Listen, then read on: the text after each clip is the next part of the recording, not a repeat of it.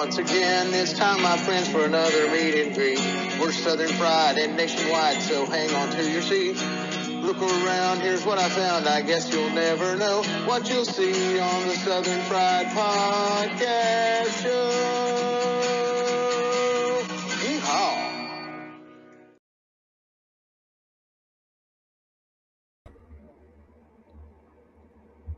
Hello out there, Cornbread Nation, and all of our followers out here for the Southern Fried Podcast.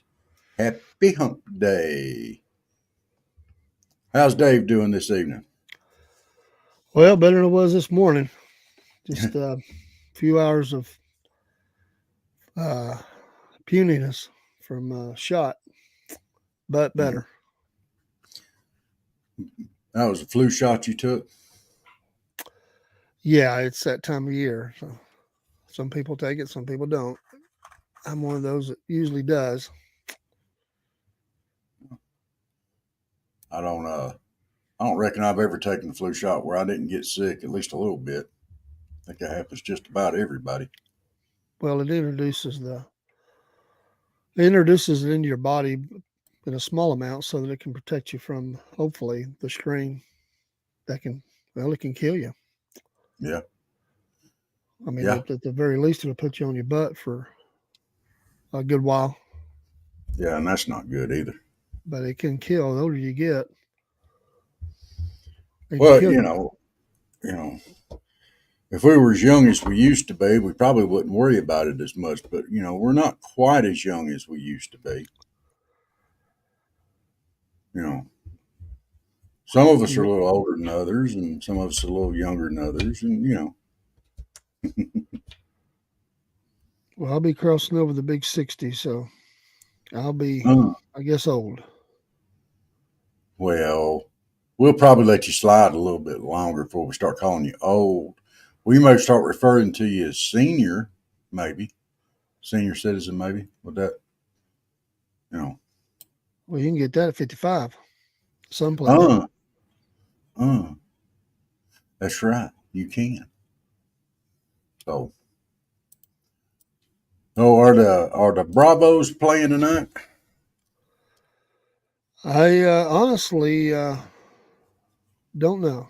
I've been busy at work and came in and got busy with doing some podcast commercials and stuff. And honestly, I think they're supposed to play, but I don't know. Yeah. I can look it up. Yeah, they're playing the Padres tonight at 8:38. Yeah. It'll be the second game of the wild card series, of which the Padres already got a 1-game lead. Hopefully the Bravos will come back. That would be nice to see them make it past the wild card slot. Move up a little bit. Yeah, I don't have high hopes. I think there's just the year's just been too much to overcome. Injuries. Yeah. And man, they got hit with a bunch of them too. Yeah, if they lose tonight, they're out anyway. So be a quick death. 5 game. Is it a 3-game or 5 2 out game? of 3. It's wild card. 2 out of 3. Oh man, so they're already in the hole, so it ain't looking good. But we'll see. Well, they win 2 in a row here. Of course, Braves haven't been too hot on 2 in a row this year. Not in a while. So, but they did get hit with the injury bug awfully hard, a whole lot first of the year too. Yeah, Falcons play tomorrow night. Thursday night game of the week, Amazon Prime. They've been playing pretty good. I got the Buccaneers. It's a big game. Yeah. It'd be nice to see them pull it out. Well, today is Hump Day News Day, where we talk about everything from the serious to the silly, but we ain't got much silly to talk about tonight. Everything's got a lot of stuff. We've still got all this mess over and just horrible suffering going on over in Appalachia and the North Carolinas, East Tennessee, and South Carolina. I mean, this is horrible. I wanted to, thought it was interesting. You might have seen it floating around Facebook if I can find it. Give me a minute. It's jumped off of there, but I know who forwarded it. It's a meteorologist who shared it, and I thought it was quite interesting. This is from a fellow named John Kitsteiner, and it's a little wordy, but at least want to get part of it because I think it puts it in proper context.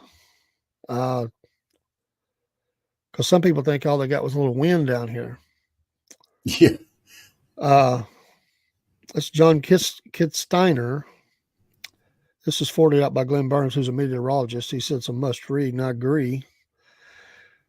Hurricane Elaine, a note to friends outside the South. We live in Greene County, and I've been there several times. East Tennessee. Our county's southern border is the Tennessee-North Carolina state line that runs along the heights of the Appalachian Mountains. We're within the hardest hit region of the U.S.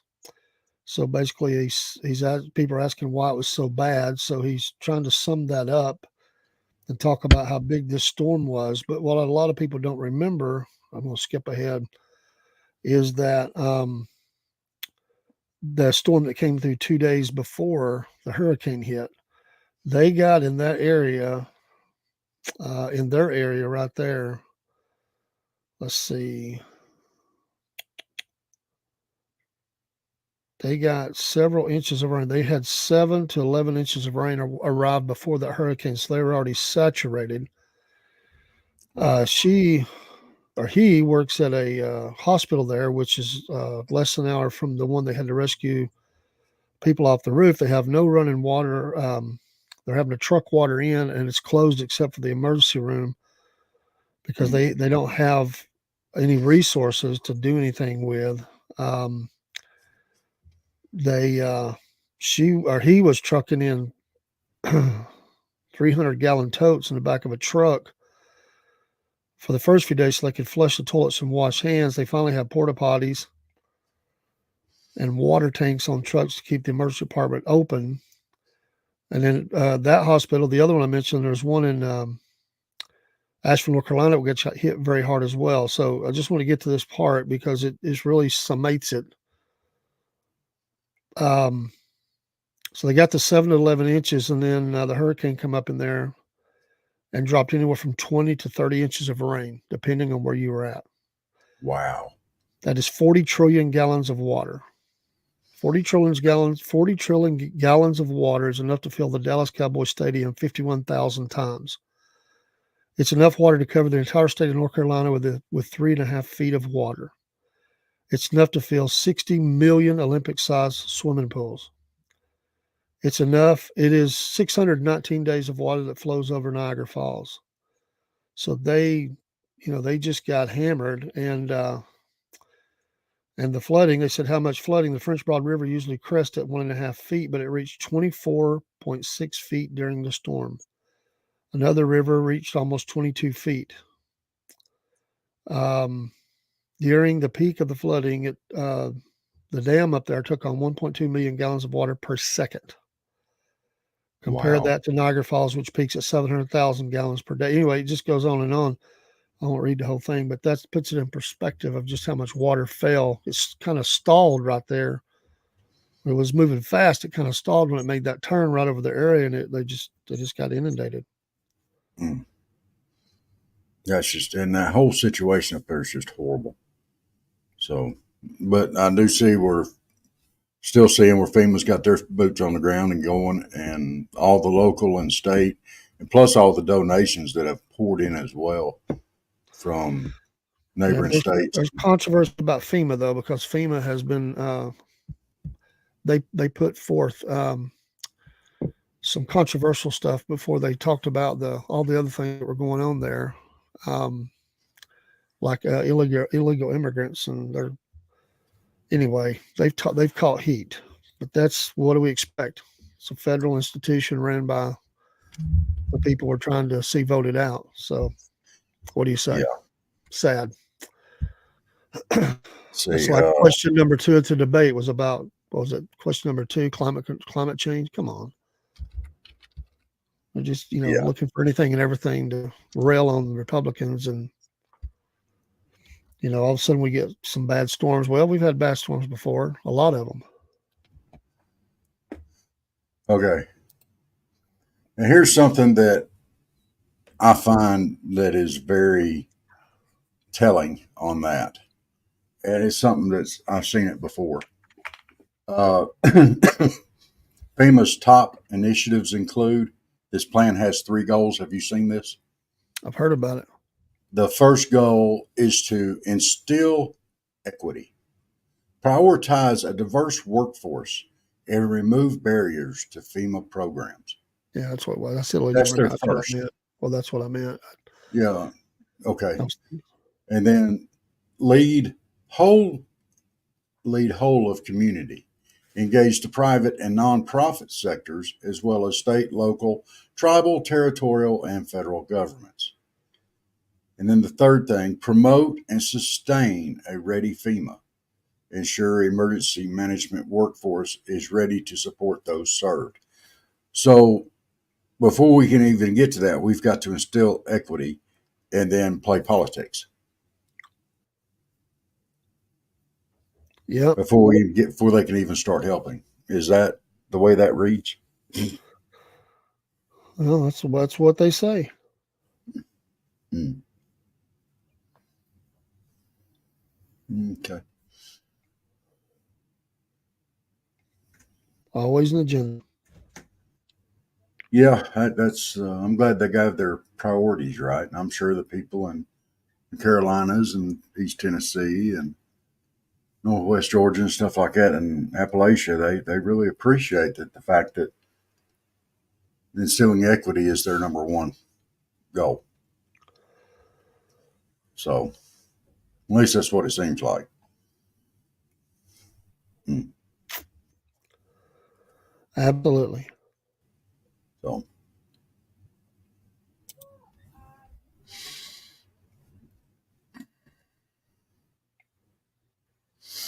right.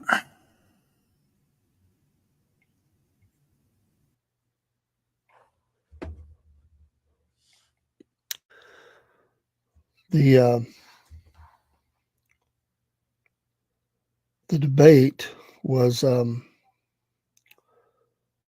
very telling in a lot of ways. I think one of the things we forgot to mention this morning was a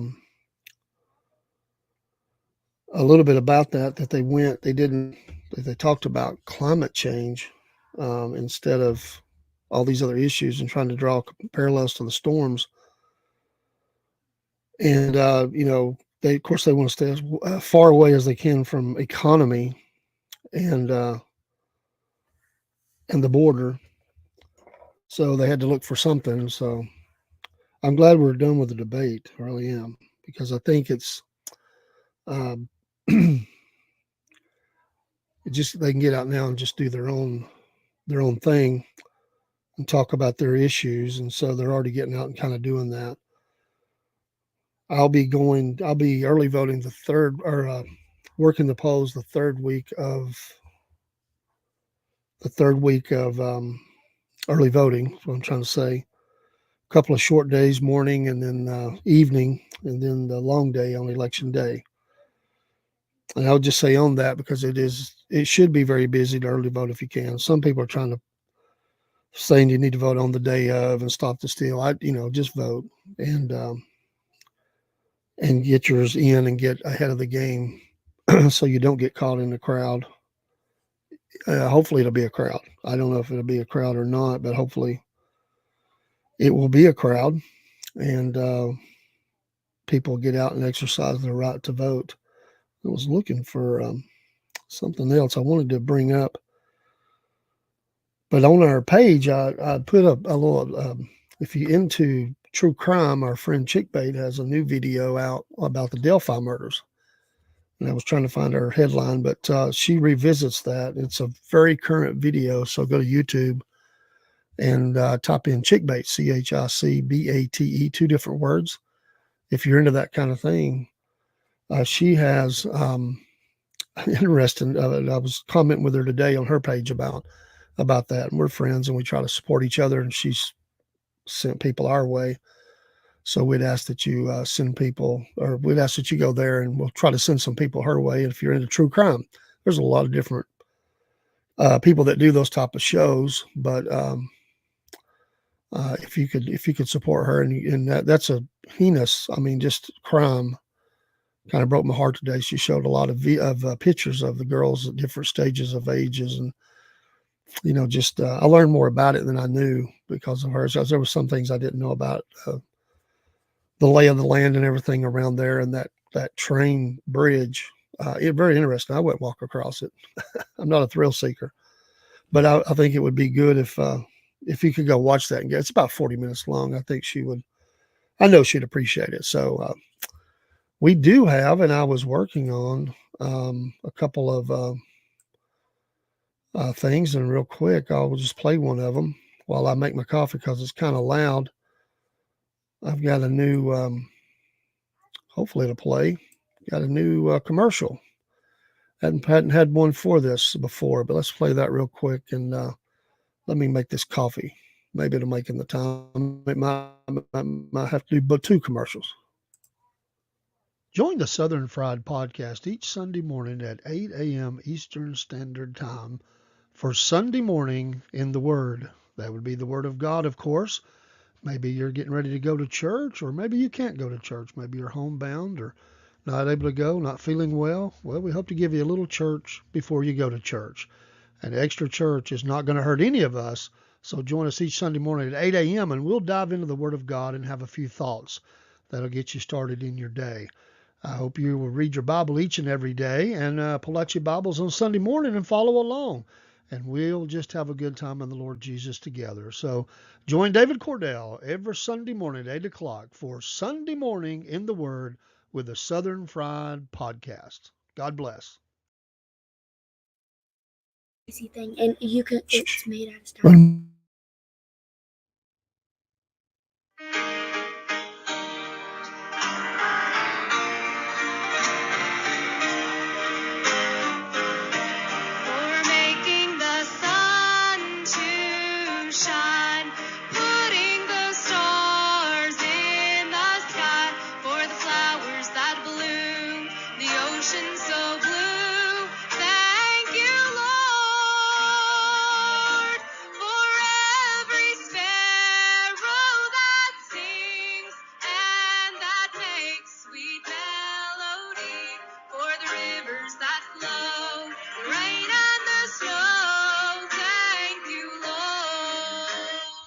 Well, we all have something to thank the Lord for all of his blessings each and every day. And so we'd ask you to join the morning devotion Monday through Friday right here at the Southern Fried Podcast. Monday through Friday, we will release a new devotion, a portion of the scripture from our Bible to get you started in your day. Monday through Friday, the morning devotion and scripture reading. Please join us. And you'll be thanking the Lord, and you'll tell others how good he's been to you as you hear these blessed scriptures read aloud to you. Have a great day. Join us each day, and we'll seek to be a blessing to you. In Jesus' name. Howdy. Amen. Sorry about that. I had to step away for just a second. I was telling him, I went and watched Chick Bates' Lewis video about the Delphi murders, and it's very gripping. She's done a good job. About 40 minutes long. I sent a link out today to our stream, so hopefully people go watch that. She's still promoting us and said she really appreciated the support, and she's looking forward to seeing another Southern Fried Podcast program. So Chick Bait on YouTube. Well, we can get her back up here. Well, I'd like to have her come in and talk about a case or two or something, and that's something of interest to people. And there's three main cases that, well, maybe more than that, but there's 3 main ones that are out there that I know she's covered 2 of them. And I think she covered the other one and kind of took a break from it. It's like 3 years now.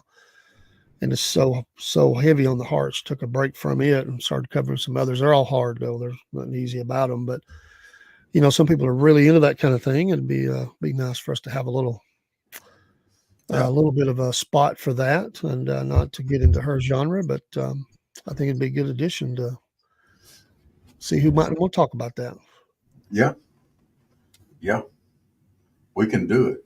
She's fun to have on. So, well, I surely am glad that everybody's here tonight, and glad you're feeling a little better, Dave. And I hope that you continue to improve. I'll be fine. I don't stay down long. I mean, I'm really better now. I just didn't sleep good last night, but I'm all right. Okay. Just a little puny. I'm good. All right. Well, so what you want to talk about in the news tonight? I threw the debate out there, and everybody, all the big networks are covering all that. Everybody's probably tired of hearing about it by now. So, Well, there's so many little stories under the big story, kind of under the little top, under the big top. There's always something that can be covered in those. It's just going to be in the news for a long, long time. This is going to run through the election into the new year. These people are going to be recovering for a long time. But I do want to give a shout out to the linemen. I know one of them that's involved. May know more than that, but I know one for sure. He's the son of a man in my church, and they answer the call and go get the power up for these folks. So it may be a slow process. Got to clear a lot of trees. Probably put up some new power poles and run new wire, but they're working on it. And you got to get your critical infrastructure back up first. But these people work long hours. I did have seen restaurants that are giving food, preparing food, and just donating it to them for the work they're doing. That's nice. Little small owned business, locally owned small business, backbone of the country. Love it. yeah. And today was also day 2 of the pork strike that's going on. That's a bad situation there. That's really going to start driving prices. Well, the price will drop because there's no there's the supply is going to be the problem. Right. I mean, Chain. There's already some shortages in some things, so it will be challenging. And then people will get afraid and they'll start doing a run on stuff, and then it'll make it even worse for those things that come from outside the country. It ain't gonna. I mean, there's already disruption because of people buying all the supplies up. You can't find bottled water in North Georgia out here, but that's fine. They've sent that up there. Yeah. But people will start stockpiling, and then they just mess the thing up. Well, I wish they'd had some warning, which we did, and we got to where we couldn't find bottled water around here. But because, I garden and stuff like that, I had a bunch of jars, mason jars, with rings and lids. Yeah. And we probably put up 20 gallons of that in quart jars, put a lid and ring on it, put it in the pantry. So we had extra water. I mean, if you have some warning, you can do stuff like that. But these people didn't have any warning. They just hit and went.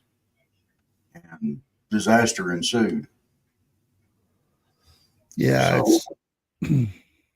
it's rough. So, but and talking about my company, which I don't want to name, just because I would just say that we talked today, and we had ordered ahead because they look out and project these things, and they saw where this was going. So we're good for some time on stuff that comes from outside the country, because they kind of figured it was going to go.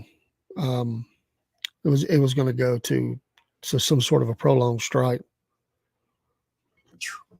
One of the things they're fighting against is they don't want any automation. They feel like it takes a job. What they don't understand is that it still makes the job bad.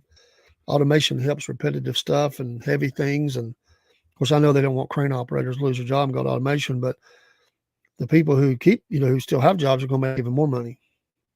Those are more highly skilled jobs because you're taking care of that automation.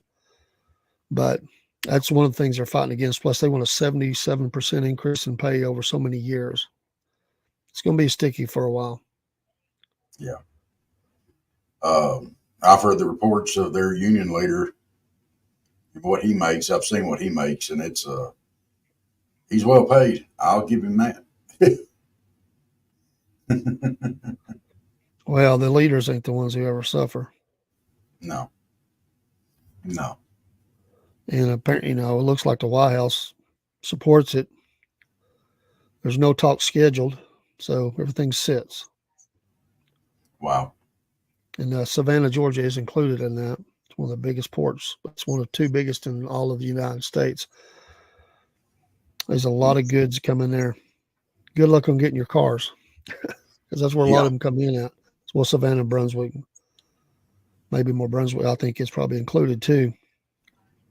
Probably. And then you got all those folks that are sitting there not getting paid because they can't unload. Yeah. So they're stuck.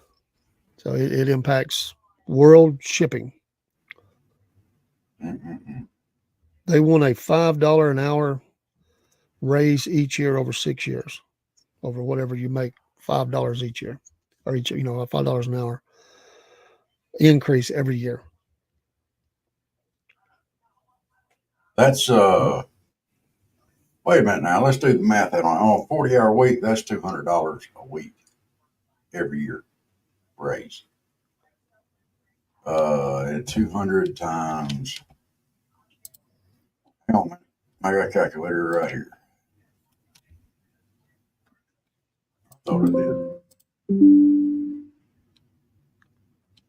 Well, why did it do that? I pulled up a calendar somehow. This strike will last no more than about 30-something days because he won't be in power. But if President Trump is elected, he'll get that message out there. Yeah. I don't think it'll last that long, but I could be wrong. But that equates out to over a $10,000 raise a year for 5 years.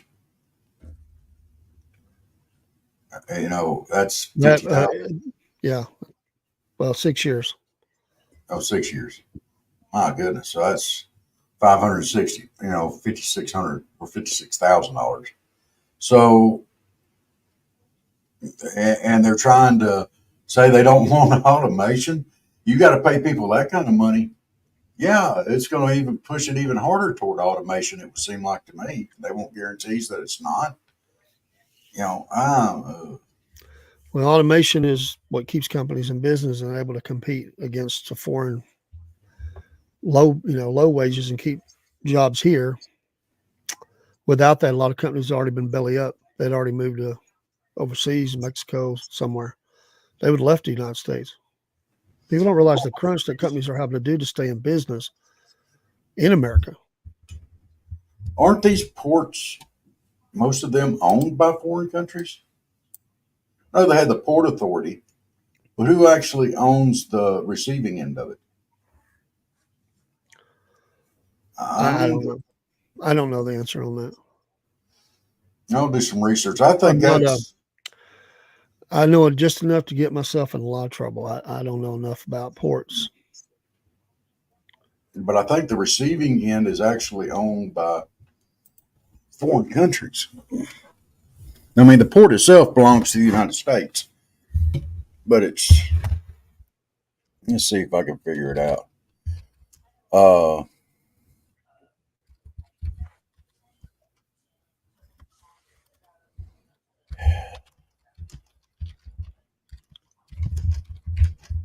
Well, there's a lot that's owned by foreign actors already, a whole lot. So it wouldn't be surprising. Yeah, I'm trying to see. Well, they probably own some business there. I don't know that they own it, but Freed pitching tonight for the Braves. He Oh, needs to have the game of his life. yeah.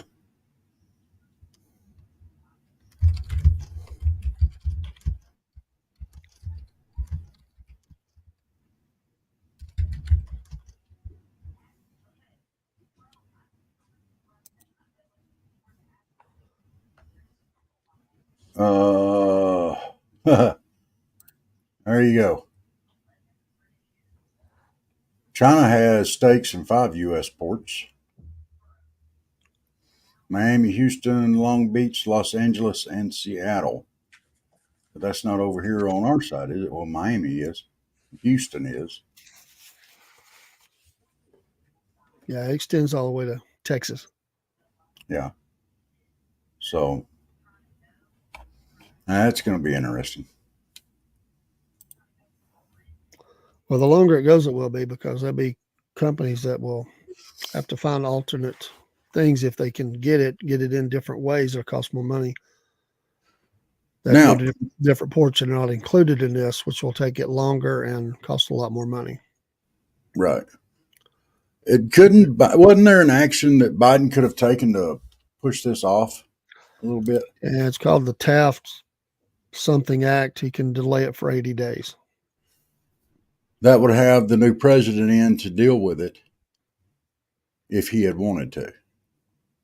If he'd wanted to.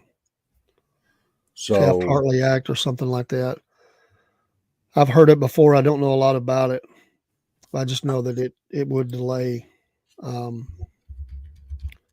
for 80 days. uh,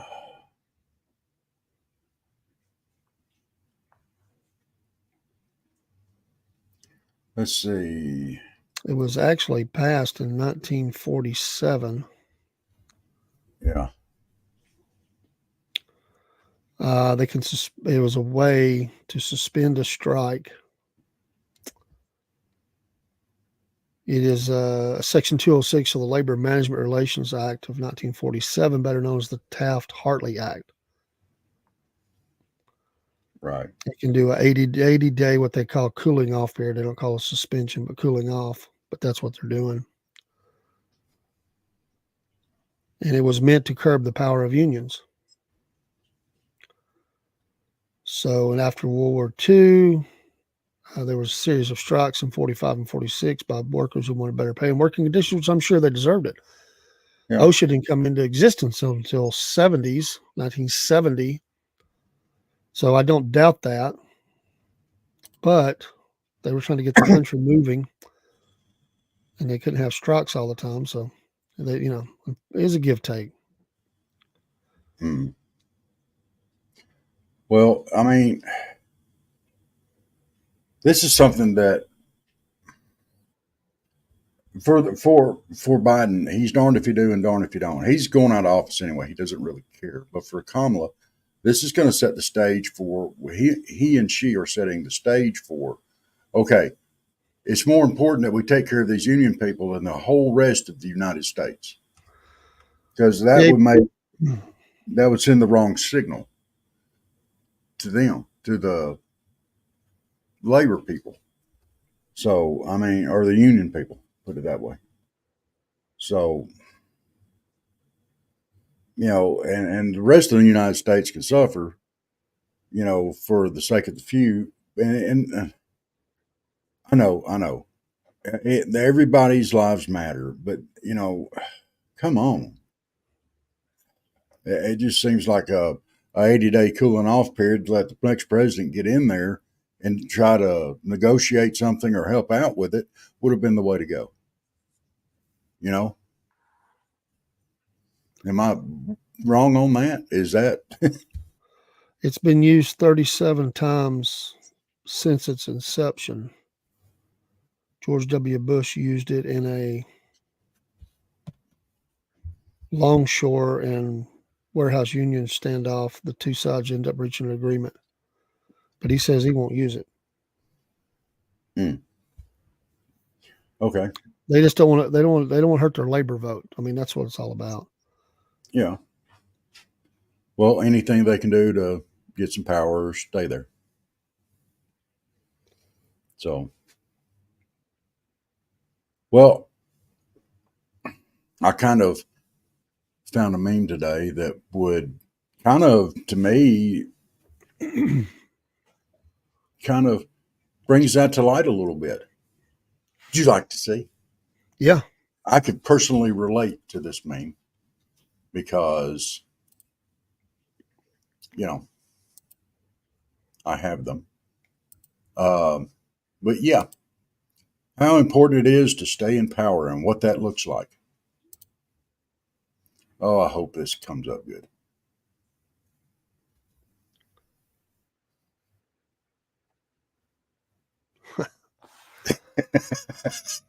Guess who's who? An evil, ruthless individual who wants to rule the universe. And the other is Darth Vader. I'm sorry. I like it. I'm sorry. That's very much, I have 4 of those around here that all feel that way. Let me tell you something. Now, this is news. Well, it's silly stuff, but it's okay. I have 4 cats. I have 2 males and 2 females. When I got Chuck Norris, he was pretty much taken under the wing by Roscoe, the other male cat, and he taught him how to be a cat. Roscoe has some bad traits, and now Chuck has them. I.e., when you're trying to get in the house, or you're trying to walk somewhere in the house, or you're trying to get somewhere in a hurry, there'll be one of the 2 male cats right in front of you, prancing as slowly as possible to their location. Sometimes they just stop right dead in their tracks and lay down and sprawl right in front of you. Good trip hazards. Yes, and basically what they're telling you is go around me, step over me. Don't be in my way. Don't bother me, human. And usually this is going around feeding time or stuff like that, or just anytime. I came in today from mowing. I was covered in sweat, and dust, and dirt. And I come in the house and I'm trying to sneak through from the mudroom to get to the shower. And so here I am. Well, of course, I was here by myself. So I'm streaking, and there's Chuck right in front of me. And I'm trying to hurry up to get to the shower. And he's like, tail straight up in the air, looking up at me with his one eye, looking back to make sure that he's dead in front of me. And just before I get there, he just falls out on the floor. So I thought, well, you little snot. So I stepped over him and I made a quick move to my room, and he ran. And as soon as because my shower's I got in the master bedroom, and I opened the door. And as soon as I got to that door and turned the knob and started opening, here he comes flying around me right into the bedroom. He's not allowed in the bedroom. So now I have to chase the cat all over the bedroom to get him out. You know, it was a comedy of errors there. And if there was a fly on the wall, he probably died from shock. But I did get him out. Uh, he went out voluntarily because I was going to the shower anyway. So you can imagine. We'll let it go right there. It's a cat thing to do. Well, I probably took some years off of his life because I was dressed for the shower and not nothing else, and here I am chasing after him. Hey, get out! Because you have to talk like that when you're chasing a cat. Is he hanging around there now? No, maybe I traumatized him.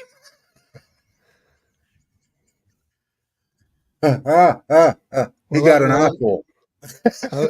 I know he sometimes tries to come in there. Oh, he Or he does. will come in there. Well, this is the office. He's allowed in here. But, I bet he got an eyeful. No, my podcast kitty, she's up there. I do have a podcast kitty cat. And she's Which right one up is that? there. Misty, the gray one. Have you seen her? I'm not sure. She lays up here a lot, right beside me. Hey, sweet. Come. Oh, there's my sweetie. Oh my goodness. Her gets right up there. This is my Misty Kitty. You gonna say hi? Yeah. That's Misty. She's a sweetie. She's not ornery like Roscoe and Chuck. And my other one, Topanga, we'll never see her. She does not like to be picked up at all. She hates it. Now, she likes her pets, but on her terms. And she'll come up to you and she'll headbutt you and everything else to get her pets. She ain't getting in no lap and you ain't picking her up. And when we first got her, oh, get back up there, sweetie. She sleeps on top of the cat tree while I'm podcasting. When we first got Topanga, she was kind of skittish, you know. And Jenny was like, oh no, I'm going to get her used to being held. So she picked her up and was just loving on her. And Topanga was kind of not liking things. And I'm on the other side of the room. All of a sudden, Jenny goes, help, help. And I come running over there. And Topanga had reached over with one paw right in the center of her back and had one claw out and had stabbed her and was starting to pull. Turn me loose, turn me loose. You could hear the claw come out of her shirt when I finally got it out. One claw is all she put in her. And, Wow. But she didn't pull. She didn't, I mean, she got her attention. She wanted down. She didn't want to be held. And she hadn't wanted to be held since. Fine. She made her point. We don't pick her up. Living life the way she wants to live it. Yeah. Well, and cats are good for that too. They want to live life on their terms. So, oh, well, with all today is really to get back on some topic here, but we talk about division in this country a lot, and that's one of the main political talking points that I'm hearing is division, division, division, and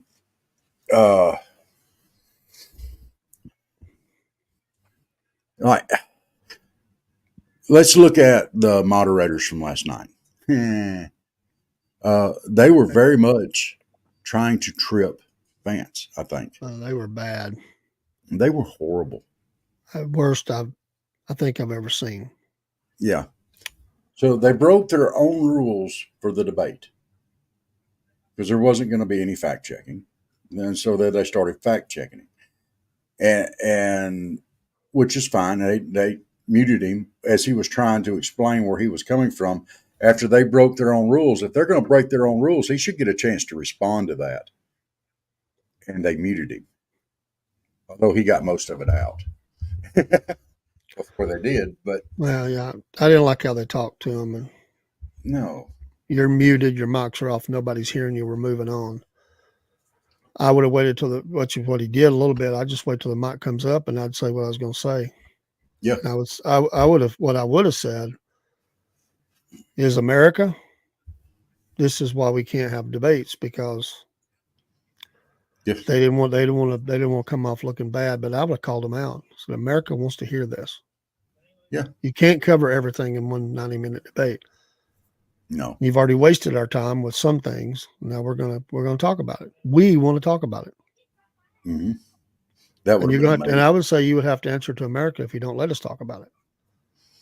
Mm-hmm. I would say there's no reason to go forward this debate anymore if we can't answer when we're in a give and take here. When we got good points coming out, America wants to hear that. And I'd have called them out. Yeah. And their whole thing was, I think Trump would have. I think Trump would have. Yeah. I don't think they'd have got away with. He is that guy in the room that will do that. And I don't think he would have let them talk to him like that. Mm-mm.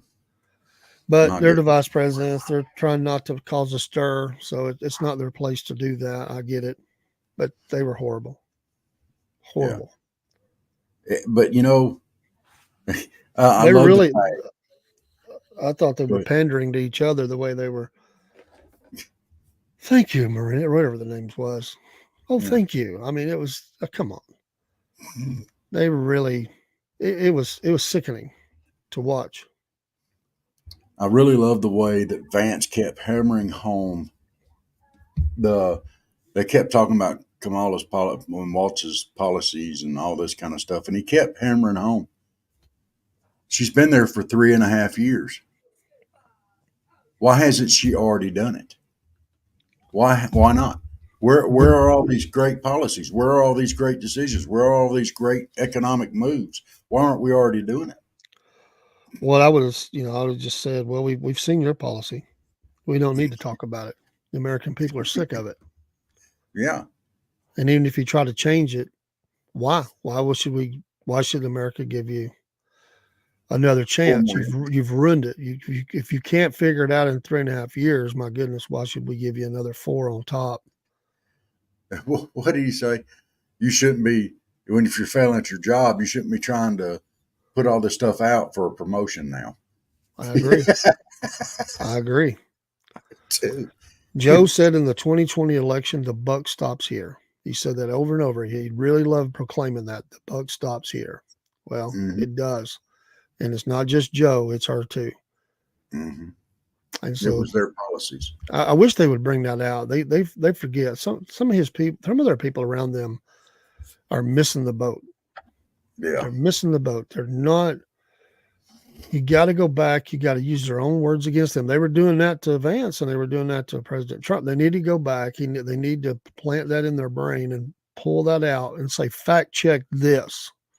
yeah. That's what I said. Fact check this. You said, and I'd give them the receipt. I'd have it memorized. Go fact check it.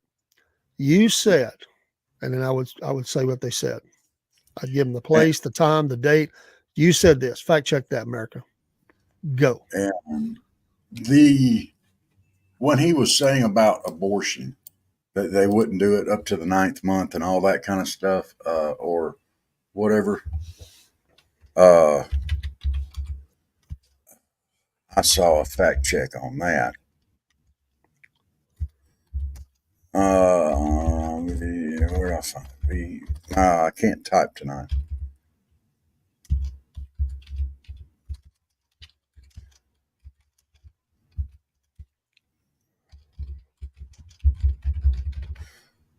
And I do like the fact that Vance brought out his material there, that he said he was going to, uh, where he got his stuff on the immigrants taking housing and stuff like that. I need to read his book. I've never read. I'd like to read the book. Yeah, it's got me interested in it too. I've got a friend who's read the book. He's Yeah. pretty much told me a lot about it, but I'd like to go read it. I got a ton of Uh, books to read, but I'd like to include that and bump that one to the front. yeah, there was a video that I saw. I don't know if it was, I want to make sure that I am not putting out something that's not true. But it seemed like that there was a congressional hearing or something. But I can't find it now, so I don't want to throw out something that's not true. So I'm going to ixnay that. I'm going to kind of keep looking for it as I'm going through because it was very interesting. Uh, let's see if I do. By the way, I would caution people to be careful about some of the posts about the storm damage and stuff. There's already been some people busted for showing foreign pictures of rescues, life and death rescues, other damages that were not from here, and also some AI produced images that are not true. And I'm sure they're trying to scam people in some way. So just be Yeah, careful of that. There's a lot of scammers out there. We it's know hard that. to believe that people would stoop to that low of a level. Oh, it's that just sickens me that people do that, but they do. They don't care. They're out for that Yeah. buck any way they can get it. And I had one trying to scam the podcast on another stream. I just laughed. wow. And these guys, you can't catch them. They're working out of a calling barn somewhere, farm somewhere, and they're just robocalling, and you can't catch them. You can't find them. And if you do find them, then nobody will do anything about it. It's crazy. Yeah. Don't give up any personal information, and any reputable business would never call you or email you for personal information. Social security number, bank numbers, passwords, any of that stuff. Call directly to an organization, check with them. Don't do it. Don't do it. And the giving, they know me, that people's hearts are open. They're trying to give money. So there's going to be scams out there for supposed money that'll go to them. There's a lot of good ones, and I know them, and I know some of the people involved, but there's also a lot of scam. I would certainly say give to the Samaritan's Purse. I think that's the Franklin Graham organization. They are boots on the ground at every disaster. They're definitely one. There's a lot of local fire departments and places that are taking up donations and stuff. There's many reputable organizations. You just do your homework, research, and don't listen to these scammers online. No, they're straight out of the pits of hell. I'll just say it, and they will steal you blind. Yes, they will, and they don't care. Okay. They said last night that that there is no 9th-month abortion in Michigan, correct? Isn't that what Walt said? They don't do that? Well, they've all said it. They said it in the first one too about Okay. that, or the fact checkers, the supposed moderator fact checkers, said that doesn't happen. Okay. State by state guide for abortion in Michigan. If you're in Michigan and need an abortion is legal throughout pregnancy in Michigan. There is no ban or limit on abortion in Michigan based on how far along in pregnancy you are. So you could be dilating, fixing to give birth, and you can have an abortion because that's still pregnant. Now think about that. There is no ban or limit on abortion in Michigan based on how far along in pregnancy you are. Well, that goes back to the partial birth abortion, and they tried to downplay that in the first debate. And Trump should have pounced on that. He wasn't prepared. That's one of the areas because he hates the topic. He hates it, despises it. Yeah. And he just threw a few things out there. He could have fought this really hard and made them. He could have made them look silly. But that was a fail. I thought Vance negotiated it well. It's just they're trying to stay away from it because they know it's a hot button issue and it gets the emotions in. But there's a lot of things you can say. We want to talk about healthcare, women's healthcare, baby healthcare. There's a lot of ways you can go. You can flip that around on them. They always want to bring up the most extreme cases of child molestation or health of the mother, the life of the mother, and all those things. Those, and I don't have the numbers in front of me, but the numbers are way small compared to the ones that are using it for birth control. Yeah.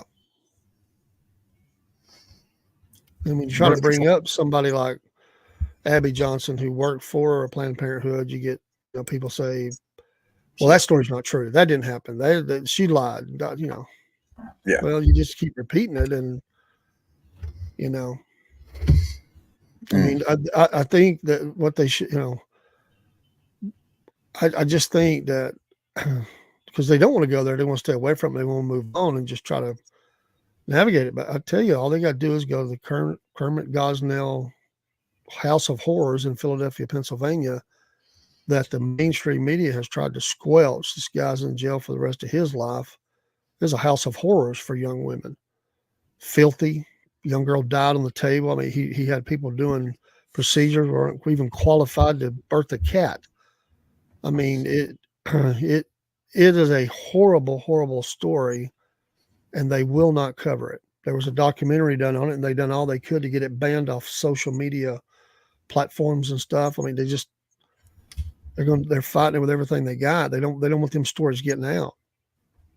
No. I'm pro life. And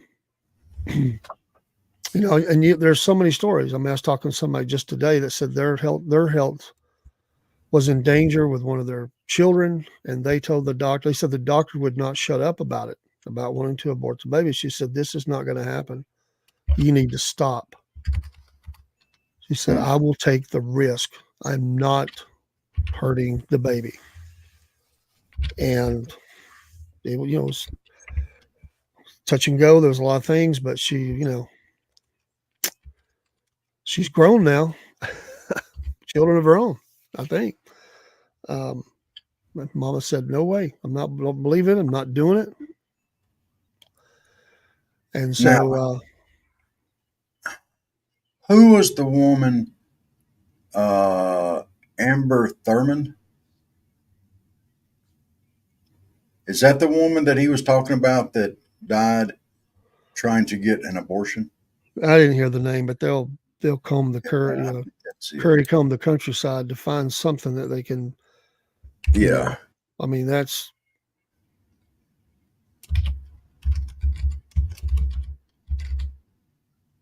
I'm trying to figure out. I've heard some rumors, and I don't know if they're true.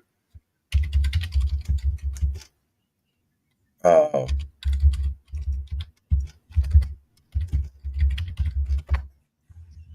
right.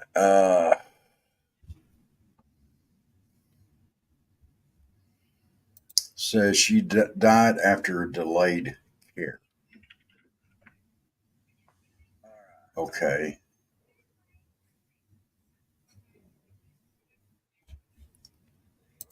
I'm not. I mean, I heard them talking about it. I haven't researched the I've story. I don't know enough about it to comment, but there's been some, like I said, there needs to be probably some tweaks done to some things. But again, these are they're unfortunate, but they're horrible stories. But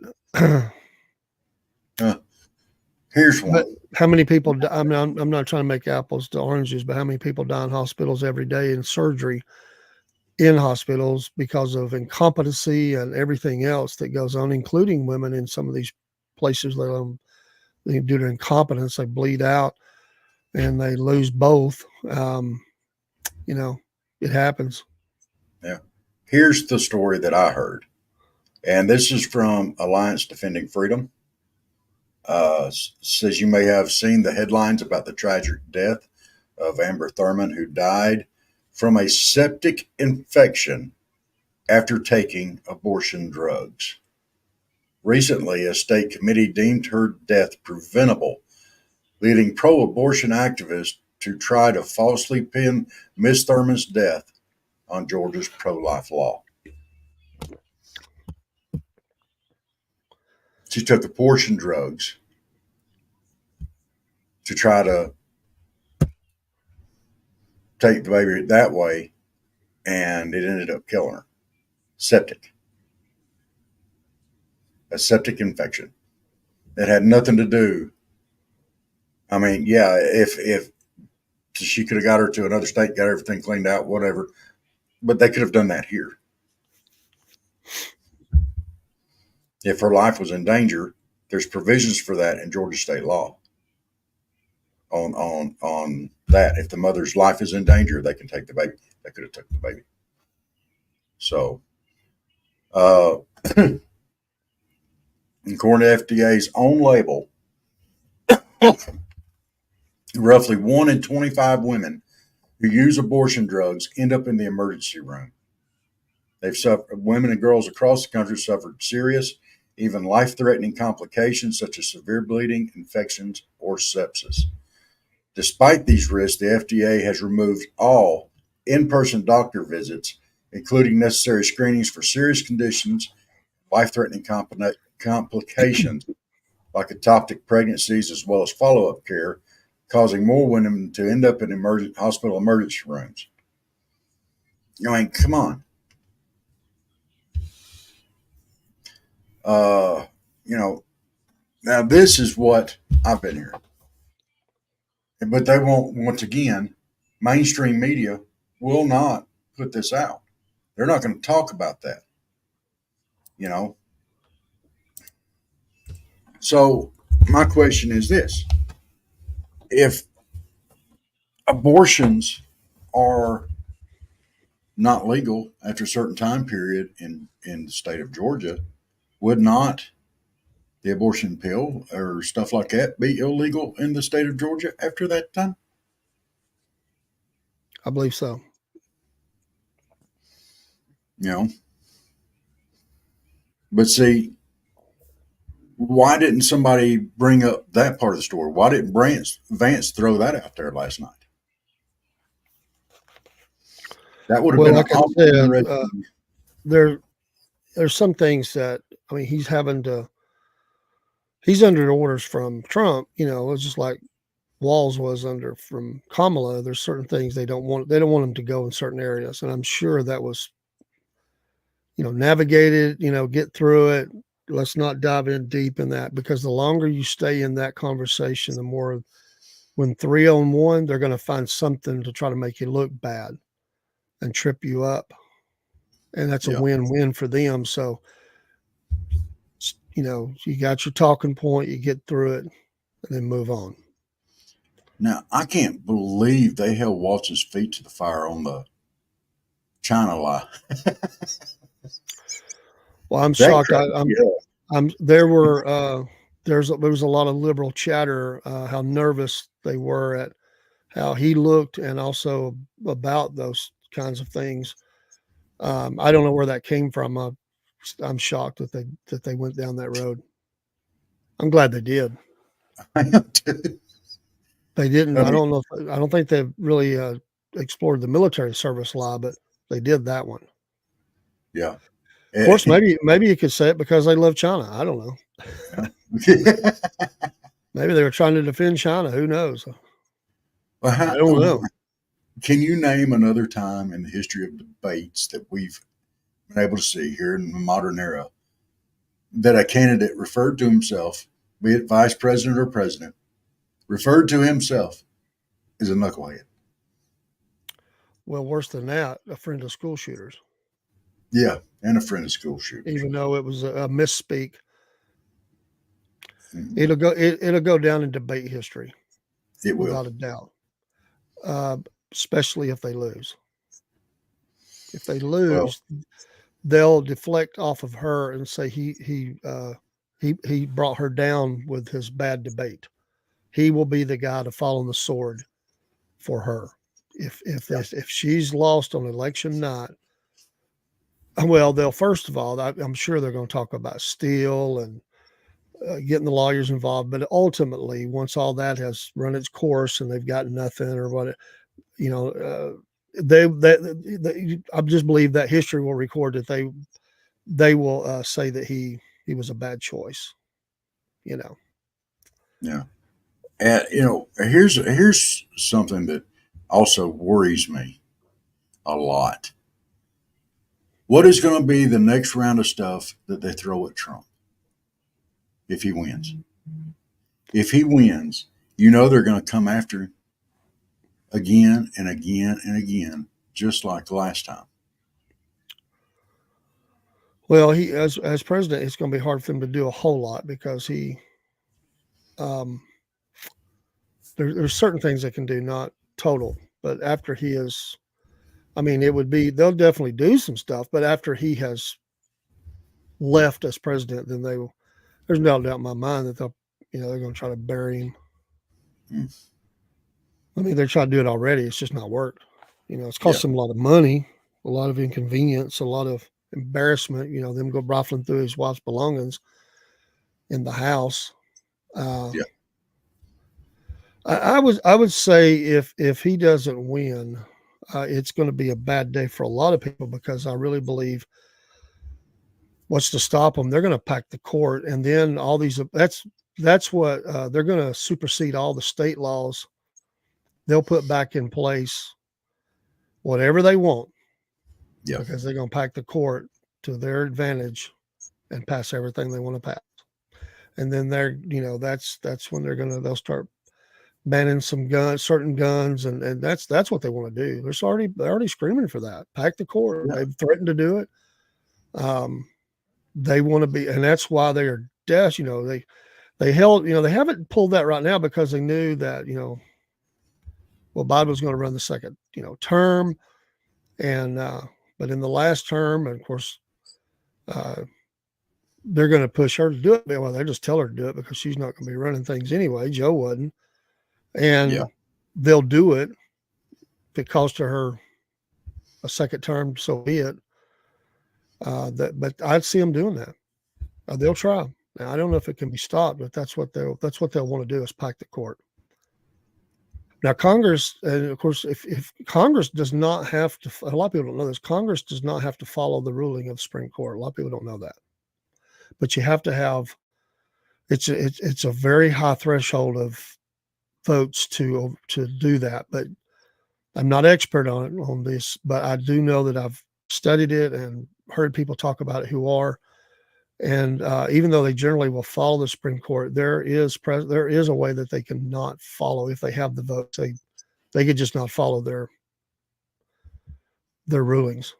Of course, that creates, they get a vote overturn stuff, but that creates even bigger problems, because then, like, you're destroying the rule of law. Well, the rule of law, the judicial fabric, the respect for the court, all those things go out the window. Then it becomes a circus, which honestly, that's probably what they want. That is what they want. I mean, it seems like they want the higher prices. They want us. We talked about control, okay? And they want electric cars out there. Oh, we got to do it for the environment. Well, the electric cars only have a certain amount of range. They don't have the infrastructure so you can recharge it, and they're slow to recharge. So who's going to take an electric car and go on a vacation? I'll be honest with you. That's just a step. They really don't want electric cars for long. That's just a step. That's just hey, Lewis, good to see you back in here again. We appreciate you coming in the other morning. Where do you call home? We didn't get to ask you that the other morning, but thanks for you come in about the same time I think it was Sunday morning we were talking. But I would say the electric cars they want mass transit. They don't want you to, in the cities, they don't want you to drive. They want you to have to have mass transit. In London already, you have to, unless you are a citizen there, you have to pay a fee to come into the city because of the crowded streets. I think it's like $25 a trip or something, if I remember right. Or I don't know what I think I don't know what it is in pounds, but I think that's what it comes to in American dollars. And they, the 15-minute city. Oh, your chick-based friend. Well, we thank you for being here. I was just mentioning her in her latest Delphi. We did a little promo for that and shared it on our stream. I watched that today, or last night and today. I kind of had to do it in pieces. Watched half and then watched the other half. It was heartbreaking, but she did a great job on that. I talked with her a little bit, but we appreciate you coming and getting in the stream. And what's that? So Cleveland rocks. That's what they say. Cleveland rocks. We appreciate, Ohio is a great state, as that Ohio has that, it kind of represents a lot of America. I mean, really, if you think about it, the steel, the hard worker, the small town, there's a little bit of everything. And Ohio is always hard to call in elections because it is such a varied state. And really, I mean, Pennsylvania is that way too, to a degree, but Ohio is usually the one that is, usually as they're looking at, they're breaking that thing down, county by county and sometimes precincts in there. So, but we appreciate you being in here. Thank you so much. I hope I'm saying your name right. Valos, is that how you say their last name? Valos or Valos? I don't want to mess it up. Appreciate you though, and we appreciate Ohio. Yeah. And I was saying the other day, it's the easiest state to remember how to spell. Yes. Oh, hey, Dave, you want to run us a couple commercials? I'm out of coffee. I'll be glad to. Let's do an ARA. All right. That sounds like Dallas, so Vallis. Okay, Vallis. Okay. Thank you for Valid. that. We are not. we- Sometimes we butcher names. I'll say it for myself. I try very hard. We don't want to do that to you, and we appreciate you keeping us straight. Yes. Stay with us. We'll be right back. We're just going to run a couple commercials, folks. ARA, and let's don't forget our animal rescues. Every rescue I think in the country is full right now. It's all over. I've heard it. Yeah. But this one is a no-kill shelter, and anything we can do to help them with supplies and things like that, it'll be a big help to them, and they so appreciate everything that you do. They're just wonderful people. Follow them on Facebook and also X, and I see their X accounts a lot, and they take great pictures when someone adopts a pet for their forever home or donates a lot of supplies and stuff. There's always great stories, and they're just heartwarming, and you'll really like that. So I know the need is great all over, from human to every which other way, but we do partner with them and do help ARA. Pray for them. I mean, we believe in prayer around here, and pray for the staff there. And thankfully, they weren't impacted severely by the storm that came through, but others were. And there was a rescue in Georgia that burnt here a couple of weeks ago, burnt down. None of the animals were injured, but they lost everything. So let's pray for those folks. We'll be right back.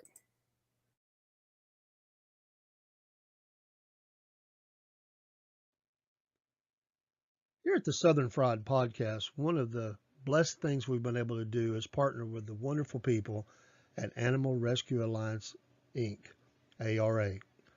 These folks are a no-kill shelter in Donaldsonville, Georgia. You see the contact info on the screen. And these folks would love to have you come adopt a dog or a cat. They have folks that come from all over the United States, not just the state of Georgia. They're great folks. It's been a wonderful partnership between Southern Fried Podcast and ARA. And we've been blessed to meet some of the folks that have adopted animals from ARA. Also, we've been able to encourage people to donate and volunteer. They encourage volunteers that are in the area, and they're just wonderful people. We'd love for you to contact them, meet them too, go on their website, see some of the animals, and we know you'll want to partner with them too by taking a dog or a cat to their forever home. Join with us, the Southern Fried Podcast, in support of this great work of the Animal Rescue Alliance, Inc., ARA. We know you'll be happy you did. I know we are. Hey, this is Dave with the Southern Fried Podcast. One of the favorite things that we do is sit out on the front porch with a glass of sweet tea and just talk about whatever. That's what you do on the front porch. Wave at the neighbors as they go by, or even a stranger. We're friendly people, and we like to just talk about whatever. You never know what Rob and Dave are going to talk about on the front porch, and sometimes Chris joins us, and then you really don't know what we're going to talk about. We'll laugh a little bit, we'll shock each other, and maybe, just maybe, you'll join in with us and chat with us on the front porch. Join us live for Front Porch Talking each Friday night at 7 p.m. That's your friends here at the Southern Fried Podcast. And we're back talking about coffee with our friend, Mr. Lewis, I guess Mr. Vallis. But sometimes I had somebody ask me the other day in a stream, they said, are you a man or woman? And they just seemed to, because I went by Southern Fried Podcast, so like, we don't want to disrespect. So I said, I'm very much a guy. So, it likes, yes, Mr. Yes, thank you. Mocha chocolate. Mocha chocolate. That's some good stuff right there. I'll go ahead and throw it out there for you. That is some good stuff. Yeah. He said he can't start the day without it. So I have to concur. Unless I'm really sick and my stomach just won't handle it, I'm drinking coffee. So, and I've got to where I'm drinking it late into the night doing these night shows, and sometimes I'm a little wired trying to get to sleep. So yeah, mocha chocolate. We were kidding with chick bait, and I was trying to get her to go make a video. She says she just makes coffee at home, so I was trying to get her to go buy one. But I sent her some money over her. I don't remember if it was Cash App or Venmo or whatever, but she went and bought some coffee with it for the home. I said, well, whenever you drink that, you'll think about us. So, Which I I'll do. take a cup of coffee to bed with me at night. So I had something to wet my whistle when I wake up in the middle of the night. It don't bother me anymore. I don't. I don't do it in the middle of the night. I usually have a bottle of water or something, but I do sometimes get dry mouth. So yeah, love my coffee. Yes. And What's the weather up there in Ohio like right now where you're at in Cleveland? We usually look at Southeastern. Of course, we're glad to have some pretty days because we've become a watershed in more ways than one. But yeah, I got to cold. pull up. Cold. What's the temperature up there? I'm Well, about sweated to death today. it's a little cool here now in the mornings, but it is cold. I like jacket. I like sweater weather, long sleeve hoodies. I guess you could say. We've got some hoodies at our store, and I'm gonna have to get me one. It's 65. Well, it's pretty cool considering the summer heat, and all of a sudden you get 65. If you get a little wind, of course, lake effect, whatever. Absolutely. So this morning when I did the weather, and I've got them both pulled up now, and I'm going to track this out. The weather for here in Colquitt for Friday on the Weather Channel is 37% chance of rain. It's gone up, but it was our best chance of rain. And Friday on AccuWeather is showing 74% chance. That's crazy. That's a big difference. Conspiracy theory. Conspiracy. Well, Tireman said this morning they actually at AccuWeather they actually go down and count the clouds. Well, I don't have the receipts to prove him different, so I guess I don't either. I know that they were the ones that first predicted that last hurricane, Elaine, when it started up. Do know that. So, they were talking about the in the debate, climate change and all that, but they didn't cover this story. I want to cover real quick. For the next 2 months, Earth will have a temporary mini moon. A mini moon. It's about the size of a school bus, and it's a small. It's very small, obviously, but it's caught up in the. It's called. It's very hard to detect, but it is there. I was wondering if Kamalo would like to talk about it the way the wheels go round and round on the bus. as But they do. As they do. As they do, yeah. But it's an asteroid about the size of a school bus, 33 feet. It is trapped by our gravity in the orbit of the globe, but for only 2 months. So we have a friend that has joined in, and we'll be floating around the moon. Well, they need to talk about that. Why don't they talk about that being climate change? Well, that we asteroid. we've went up into space and left trash and things that are floating out there till they come back down and burn up. So they could have talked about that. Cleveland has the weirdest weather, hot one, and cold next. Yeah.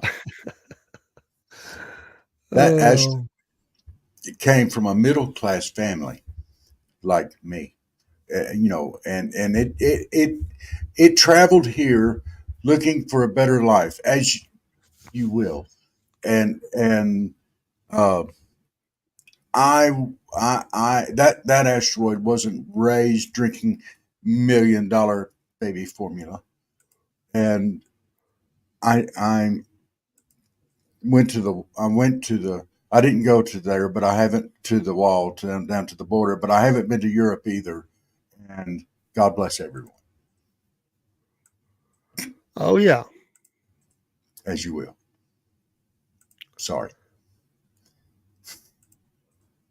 I wanted to also add in that they have something in Alaska called the Fat Bear Week.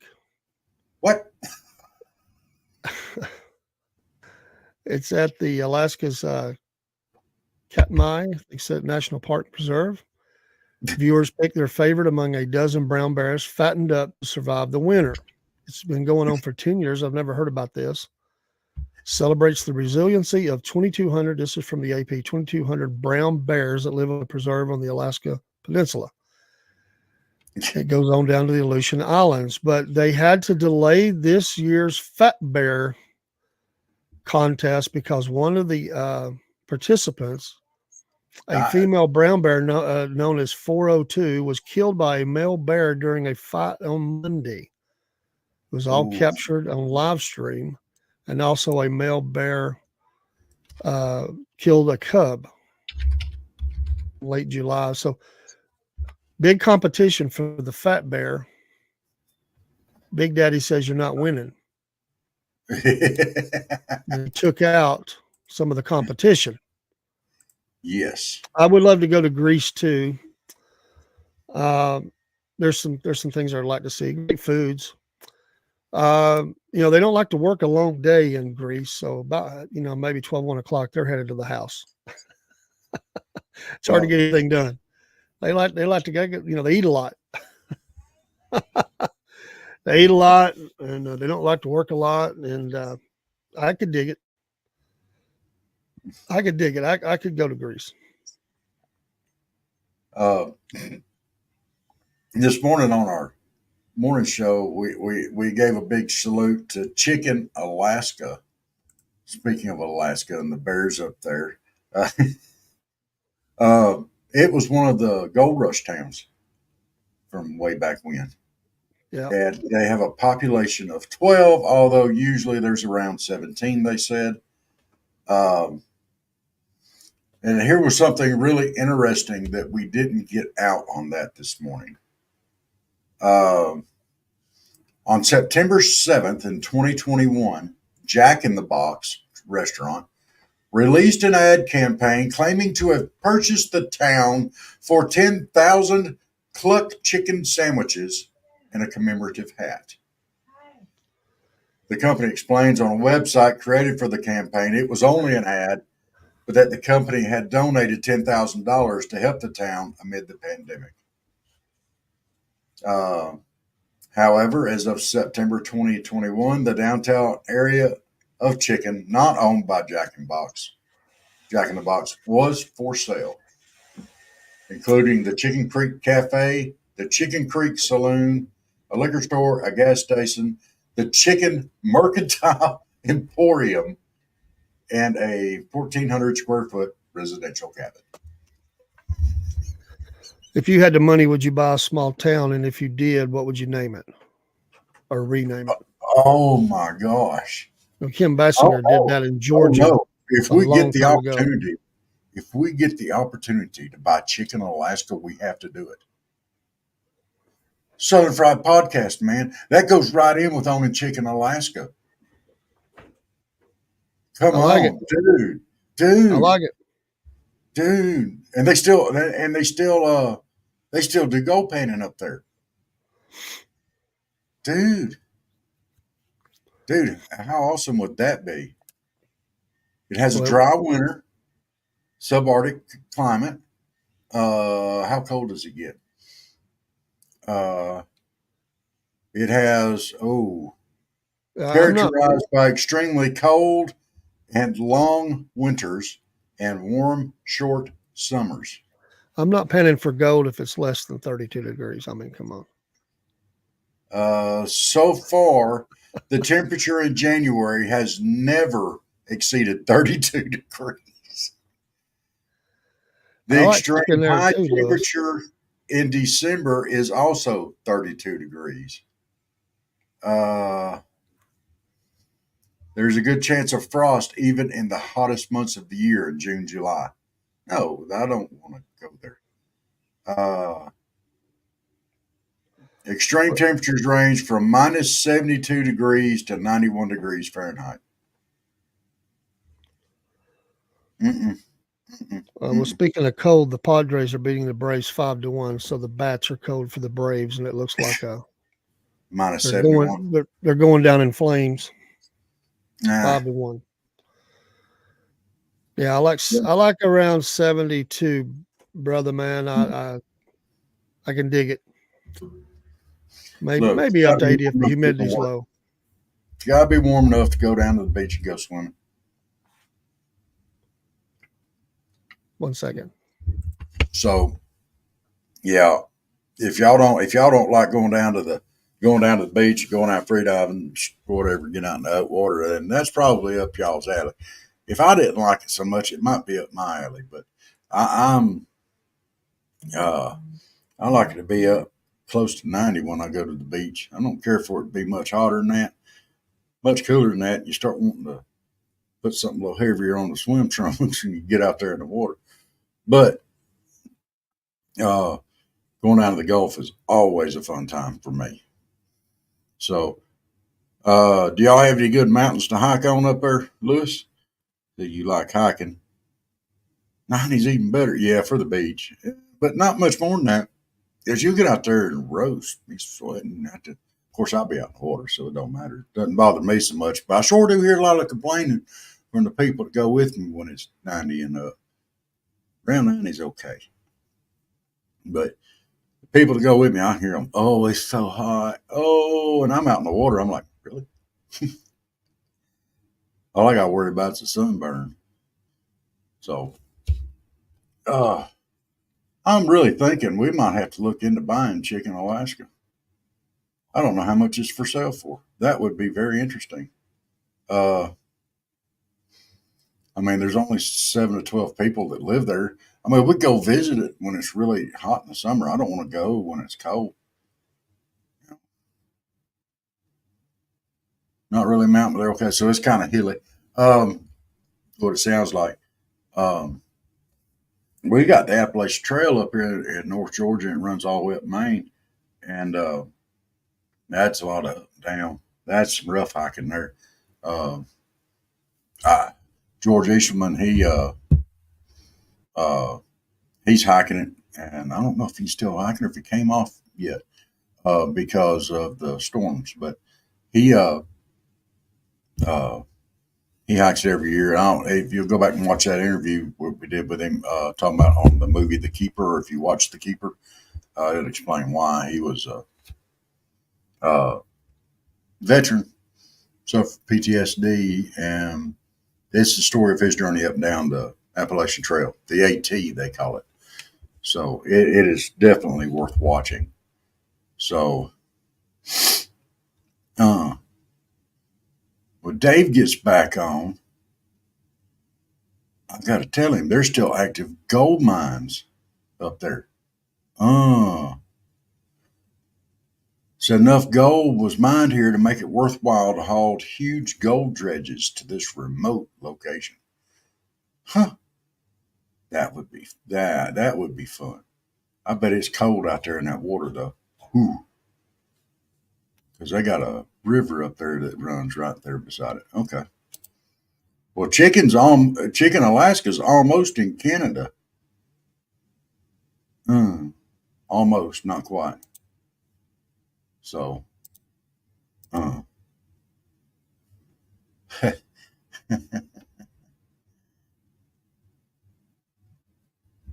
yeah, I bet that water's cold. Cold.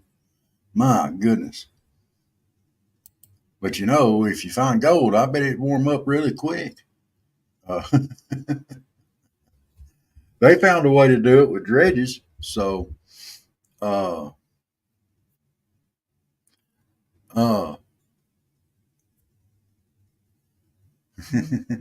said,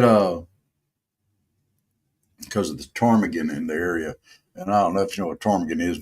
It's a kind of like a grouse, and they're up in the northern area there. So, I would like to get this picture up. I'm gonna wait for Dave to get back so we can see it too. I'm back. Sorry, had to take care of something. Oh, you're fine. Hey, check this out. Dude, we got to do it. I got to show you. I found another picture of chicken. Dude, check this out. It could be ours. I'm good with it. There's the Mercantile Emporium, the liquor store, the saloon, the cafe. Well, Chicken Creek Cafe. I don't want the liquor store or the saloon, but I'm all down with the cafe.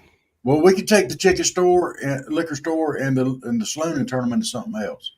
But I don't know. People, the 7 to 12 people that live there might shoot us over that. Well, they probably drink a lot there. Probably got to do something past time. But dude, there was enough gold found there. They still find gold out of the Chicken River, and they found enough gold to afford hauling those huge dredges up there to its remote location. Dude, Nitro, West Virginia. I love it. I did some traveling through West Virginia, speaking in churches and stuff, and it's that's something.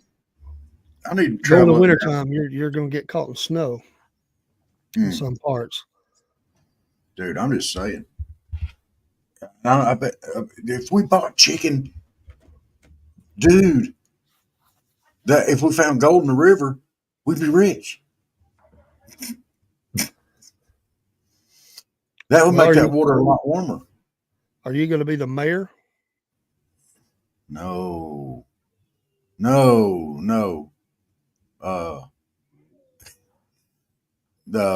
don't want to be the mayor. You can be the mayor. I want to be the sheriff.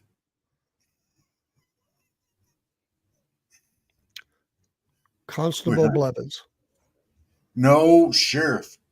Sheriff Robert S. Blevins. Sheriff.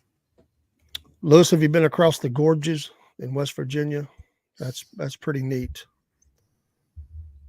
I didn't realize I was coming up on them the first time I went across them, because I realized I had to go back across them. I went across them in the morning. The fog was so thick you could barely see the bridge. You couldn't see the valley below. So I told my wife to close her eyes when we went back across. I knew it would scare her. Now, is that the one with the big suspension bridge going across it? Well, it's a huge bridge, huge valley. I think Jenny and I went across that going out to visit her parents several years ago. Yep. Because they had a place to pull off on one side where you could go down in there and look back up at it. Maybe I wasn't paying attention to that. I just got across, did my meeting, got back across.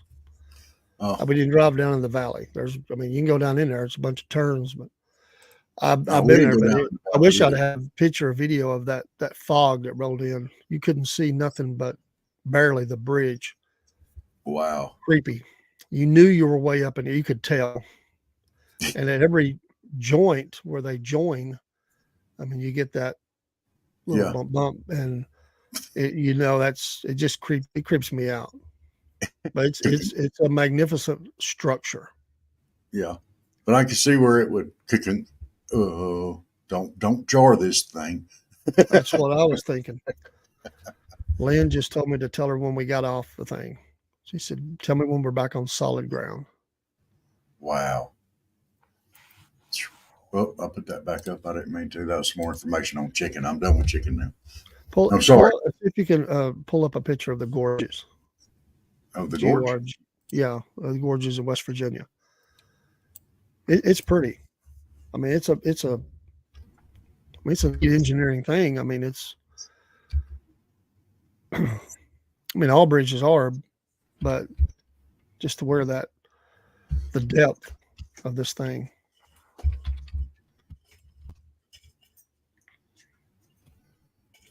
Let's see. Would that be West Virginia Gorge Bridge? Yes, this is the one we went over. Yeah. Dude, let me see if I can find some better pictures of that. Something I can blow up. Give me just a minute here. Oh, that's awesome. Yeah, All it's right, I want to show six. you this one. Had a Chevy Caprice wagon, Pull took up. it there. Yeah, absolutely, man. I'll do it. Where'd you go? There you go. Okay. I'm sorry. All right. Let's put this one here up.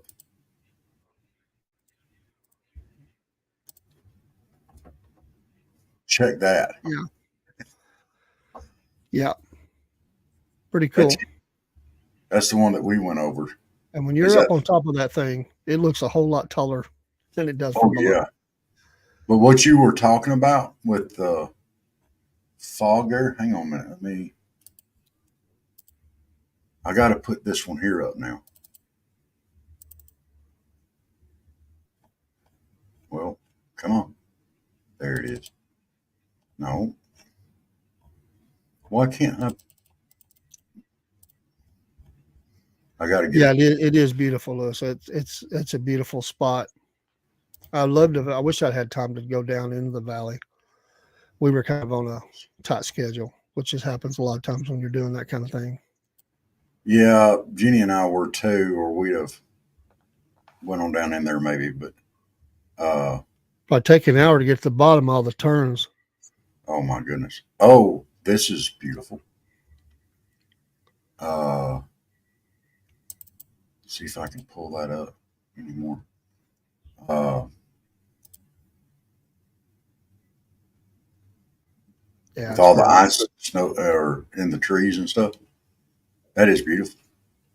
That's not the one I was trying to get to, but I stumbled across that one. It was too it was good. not a I mean it was a great trip, but it wasn't a fun trip. It was very hard on my wife. We made that journey, believe it or not, from where we live, which is about a 10-hour deal in a Ford Ranger. So Whoa. she was about beat up when we got there. Yep. Except when I went across, it was a little higher. I mean, there was some drifting across the bridge. It was pretty close. I mean, but I think you can see more there than what I could see. I didn't know it was coming up. I just all of a sudden we were Wow. there. She was asleep. I didn't tell her. I'm like, I'm not waking her up to see this. Well, nothing to see. Plus, it would have scared her. Yeah, no doubt. But that is a gorgeous area there. Yeah, You know. let's go make you some pizza. Sounds good. Oh, that does sound good. But yeah, that would be. Oh, they jump off of it, dude. Oh, I'm sure. With parachutes and stuff like that. They got a bridge day. Let's see if we can throw that up there. Wouldn't you just love to do that? Not me. Me neither. We are in agreement. No, none of that. I don't want to bungee jump either. And when you go down to like Panama City and they have, or these places where they have these balls, these metal cages with the seat inside of it, and they pull it back on this huge slingshot and shoot it up in the air. Looks like something off the Bugs Bunny and Roadrunner show. I won't do that either. Yeah, I don't. Did they say how far that was up from the river? How many feet? Pull that back up real quick. I can probably find out. Give me just a I'm minute. just curious. About height 876 feet. And the span on it is 1,700 feet. So it's just under a third of a mile long. No, it would be a third of a mile. Almost half a mile. Well, just under half a mile. A mile's what? 3,600? No, it's 55,000 Yeah, feet or something like that. yeah, 5,000. So it'd be about a third. That's a long way. And 876 feet up in the air. I felt every foot of it. I just don't like heights, and I don't even like low bridges, much less Mm. bridges are creepy. I can get that. Well, Uh, because bridges in America are in bad shape. yeah, They're not. They've not been kept up. They've not been inspected right. The bridges they don't have the money to fix them. They're just throwing band-aids at it. yeah. So some of them are a lot better shape than others, but I try not to think about it. But Well, Dave, here is something that you could have done.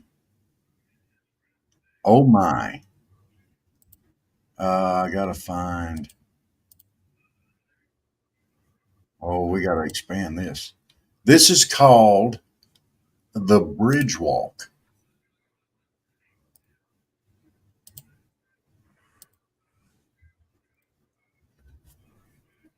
Check this out.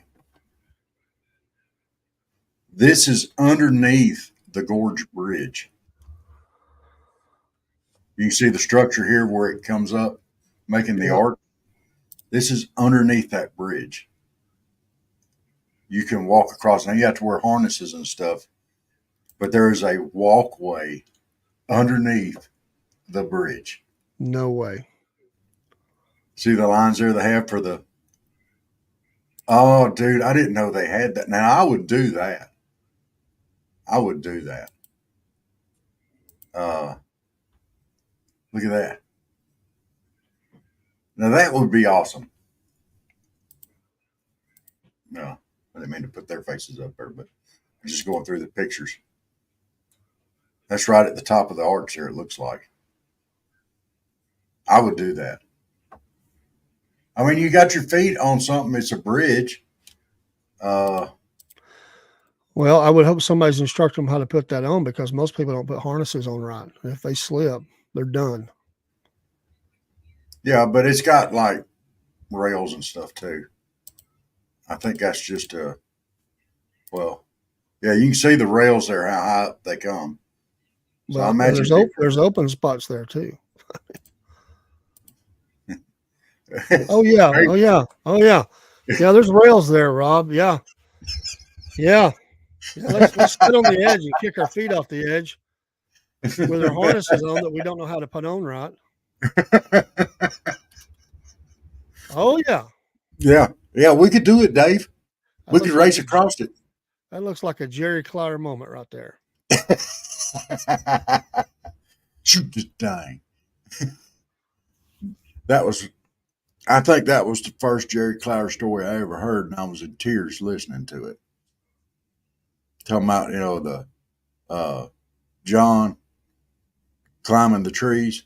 Said you got to give the coon a sporting chance. You go up there and you punch the coon out amongst the dogs. That way he has the option of whooping all them dogs and walking off. But you climb the tree to give him a sporting chance.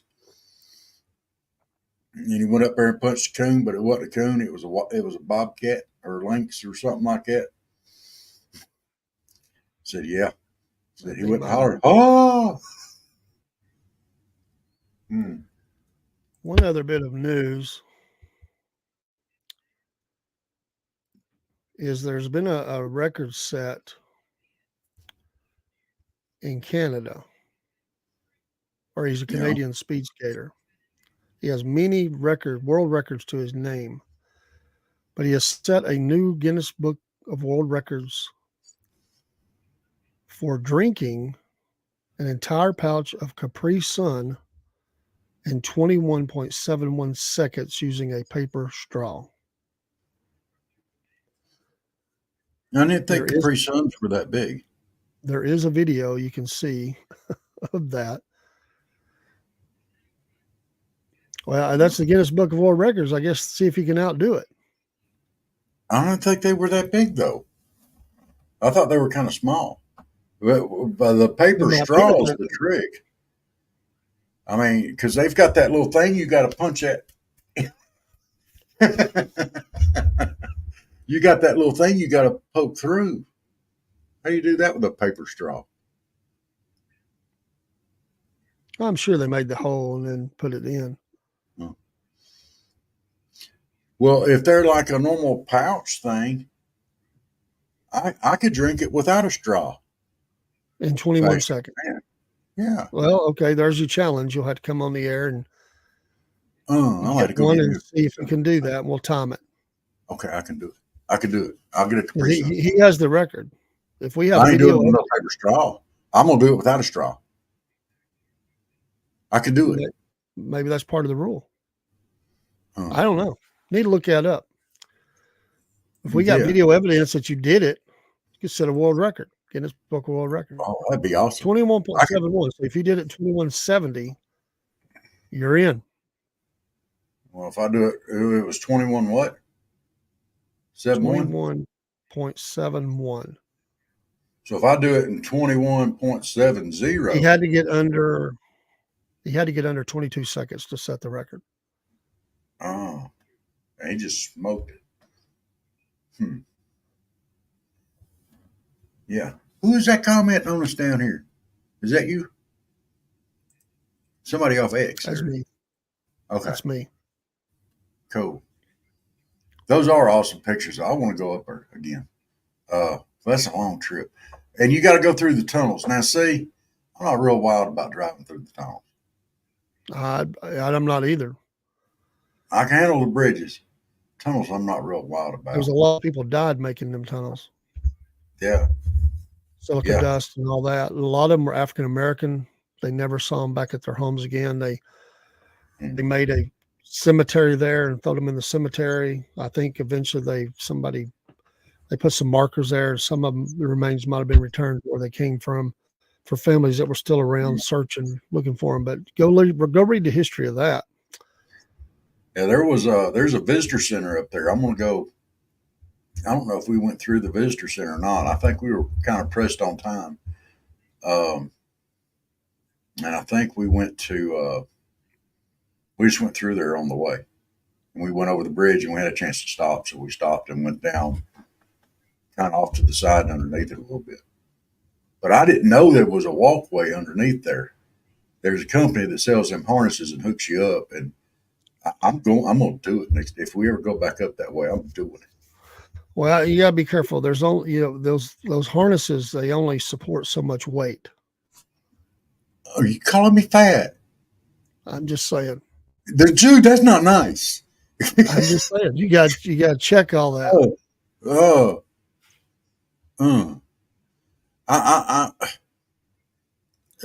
That's not nice. I don't even know how to respond. I just want you to check the weight limit. Make sure you got the right one. Okay. Oh, there's different harnesses made to support my weight. There's a big boy harness too, but there is a max. There is nothing after that. They always say, work from the floor. Over a certain weight. Work from the floor. I wonder which one Cook would have. He would not. He would exceed. You think so? I know so. I know so. I know what he weighs, and I know the max, which I'm not going to repeat on here. But okay. I know his max, or where he's at right now, and I know its max because I've been in safety and dealt with vendors and stuff, and I know I've been through fall protection training multiple times, and I'm telling you, he would not qualify for one. Does the max go up? He would hurt him if he even tried. Okay. So does the max go up to at least 250 pounds? Yeah.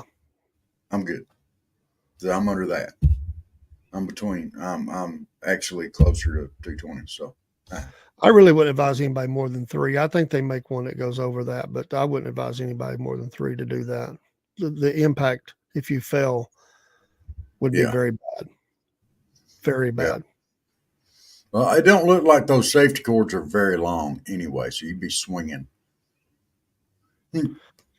Well, it would be interesting to see if it's even legal. I mean, I'm not saying it's not, but what kind of you have to have your 6 foot, shock absorber. So you have to have some way to cushion that energy or it all flows into the person, just snap you. So, everything has to be hooked right and done right. And I'm not saying they're not, but I just wonder.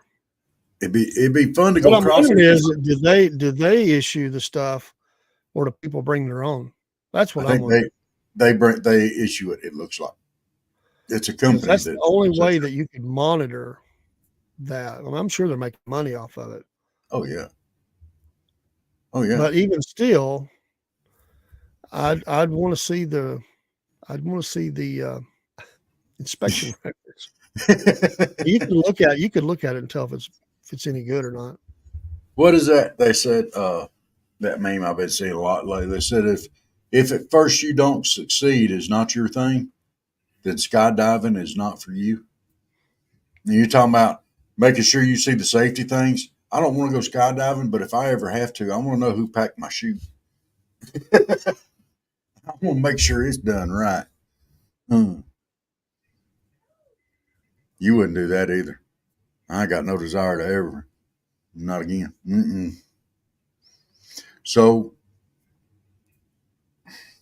we don't like. I'm not especially fond of heights. I would do the bridge thing because I got my feet on something. I can handle it that way. I don't think I can handle dangling. Uh, there, what, and neither one of us like tunnels. So we're batting 1,000 pretty much on this thing. You wouldn't go across that bridge thing. I would just because I got my feet on something. If I couldn't have my feet on something, I wouldn't want to do it. Like if it was a ski lift or something. Have you ever ridden a ski lift? No, I never skied. I went skiing once, snow skiing. I did. I ain't ever doing it again. Got no desire. But I have rode the lift over at Lake Winnie across the lake. I didn't like that. I didn't like that. It makes me feel funny. Because my feet ain't touching nothing. And I'm way up in there and I can't do it. I can't do it. I don't Oh, I like wouldn't do it now. I did it when I was a kid, teenager. it. Well, I, we're close on time, but I think I got time to tell this one. I got some friends of mine when I was stationed on the Vincent. They went up to the Bighorn Mountains to go snow skiing, and they talked me into going with them. And I was like, well, I've water skied. How much different can it be? It's way different. But so, and back at that point in time, there was at that time I did indulge, and I had indulged some, and uh, we get out there on this ski lift, and we're going to go up to the Kitty Hill. Now, one of these guys that went with us told me, he said, "Don't you worry about this. I'm going to show you how to do it." We get up to the top of this hill, and this was the Kitty Hill. And dude, it looked like we was halfway up a mountain, and it was the Kitty Hill. And I'm like, yeah, okay. This guy's going to teach me how to do it. He said, okay, you plant your skis in the snow, you take your poles, and you go, whew. And he said, he was gone. I was like, dude, that's easy. Planted my skis, I put my poles in, I pushed off and went about halfway down the hill. I got stopped before then, but I fell, I don't know how many times. I could not make it work. I couldn't do it all the way down. So I spent that whole first time rolling down this hill. Now, it was not a small hill, it was a big hill for us, but they called it the Kitty Hill. There was this little snothead kid. And if you're out there and you're watching this, I want you to know I still remember what you looked like then. This little snot was skiing circles around me, laughing at me because I kept falling down and coming out of my skis and everything else and just horrible crashes. And him going around going, hey, hey, and pointing and laughing. Can't you ride your skis? The whole way down. And he knew he was in no danger. I couldn't have caught him. I wanted to, but there wasn't no way in the world I was going to catch that little snot. And by the time we get down fairly close to the bottom, he just skis off, gets back on the ski lift, and back up at the top. Dude, never again.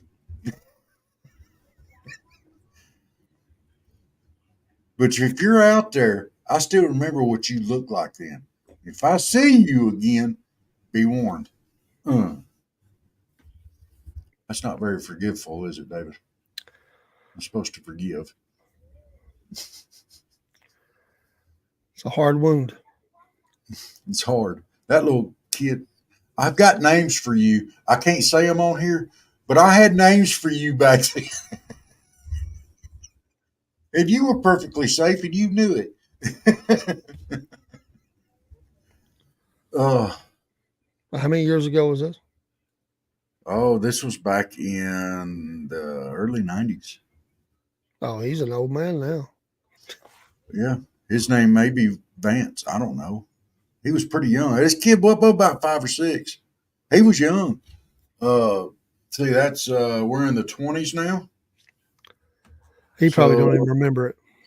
oh, he remembers it. The look of glee and joy on his face, and the tears freezing up on the side of his cheeks and stuff as he was laughing at me. Oh, he remembers, and I remember you doing it. His name may be Vance. I don't know. That would be funny if JD Vance calls me on the phone tomorrow and goes, "I'm sorry, I laughed at you back then."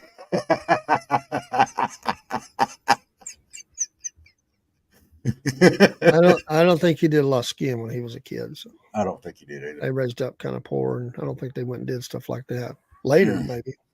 Yeah. So but I'm just throwing it out there. I don't ever really want to go snow skiing again.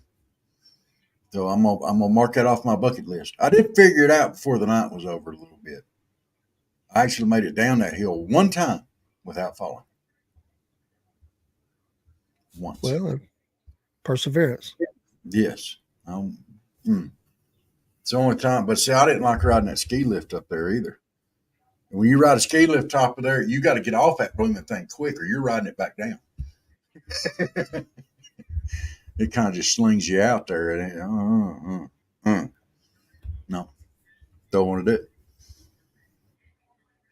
Would you do it? No. Good call.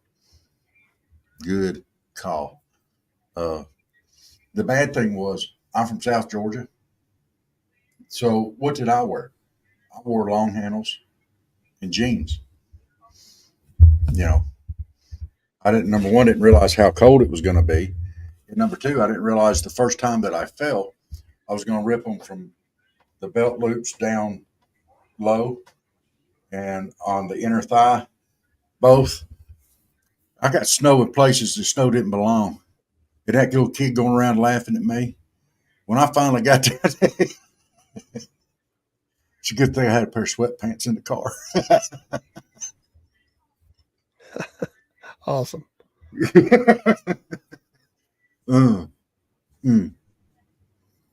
I could have been that kid if I'd only known what I was doing and younger at the time. I would have done that. I can't be too mad at him and I wasn't then because that's something I would have done to somebody. If I knew they couldn't catch me, I'd ski circles around them and laugh at them too.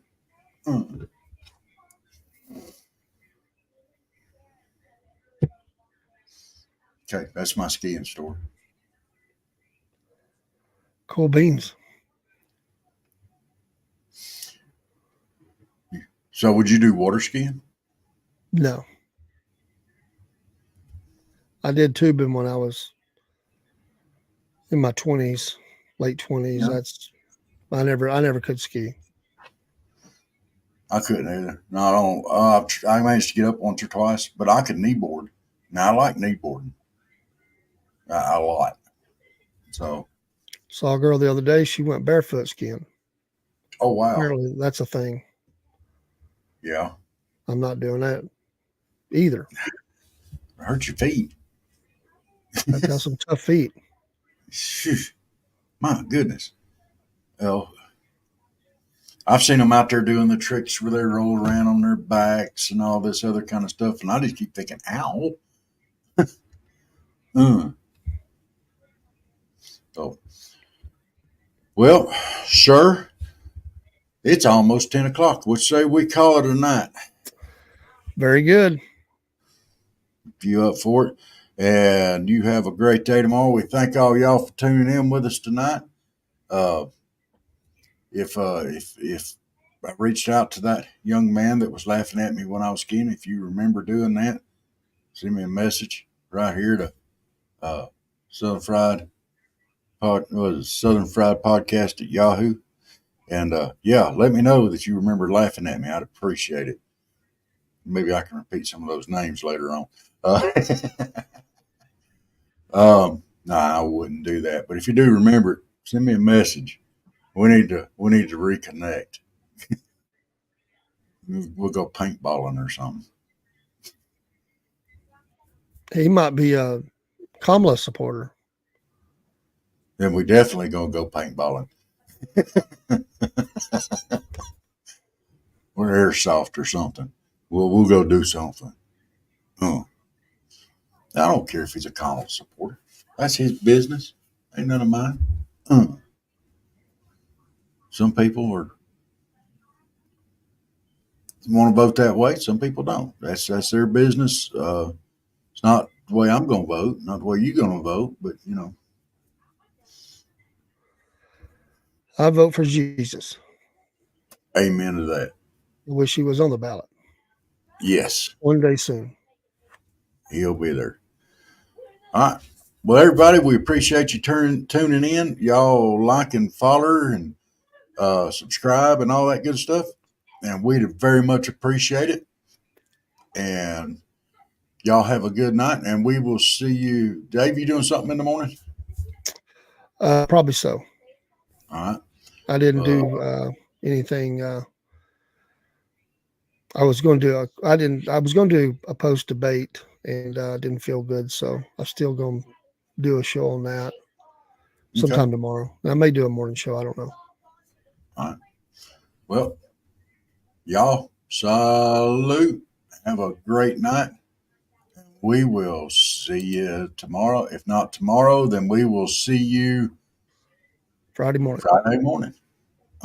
Friday. Y'all remember, it's just that far away. Good night, y'all. Well, once again, it's time, my friends, for another meet and greet. We're Southern Fried and nationwide, so hang on to your seat. Look around, here's what I found. I guess you'll never know what you'll see on the Southern Fried Podcast Show.